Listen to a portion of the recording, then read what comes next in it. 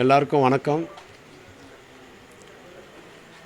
எங்கள் குடும்பத்தில் இதை நாங்கள் எதிர்பார்க்கவே இல்லை.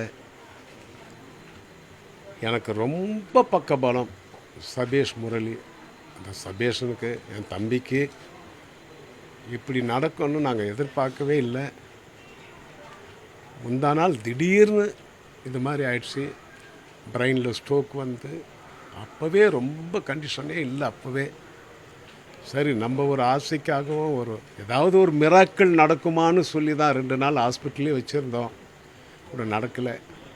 இன்றைக்கி 12:15 உயிர் பிரிஞ்சு போச்சு.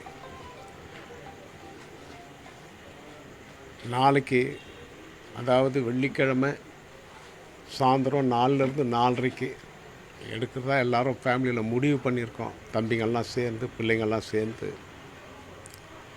நல்ல காலம். அதாவது இந்த 25ஆம் தேதி பாரிஸில் எங்களுடைய கான்சர்ட் இருக்குது, ப்ரோக்ராம் இருக்குது.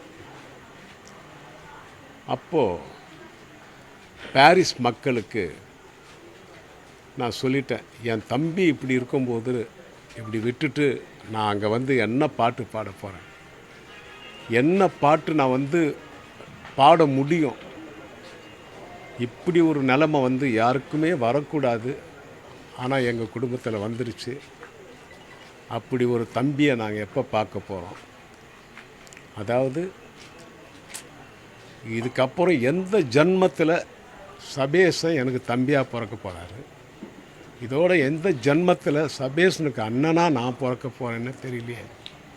அதனால் இந்த நேரத்தில் வந்து பாரிஸ் மக்கள் வந்து நல்லா அவங்க வந்து, தேவண்ணா நீங்கள் வராதிங்க, இப்போது இப்படி ஒரு நிலைமை வரக்கூடாது, அப்படி வந்துருச்சு, அடுத்த வருஷம் கூட நாங்கள் உங்கள் ப்ரோக்ராம் வச்சுக்கிறோன்னு சொன்னது எனக்கு ரொம்ப ஆறுதலாக இருக்குது.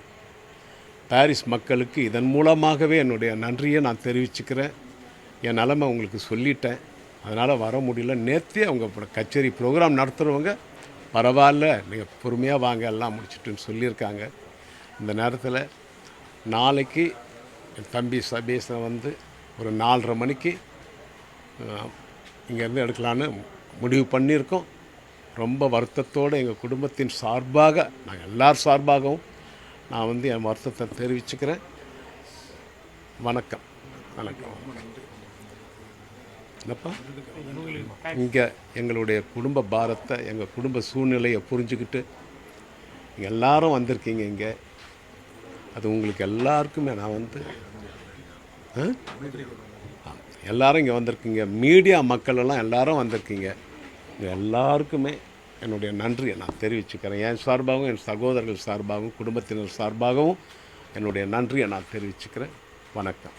வணக்கம். வணக்கம்.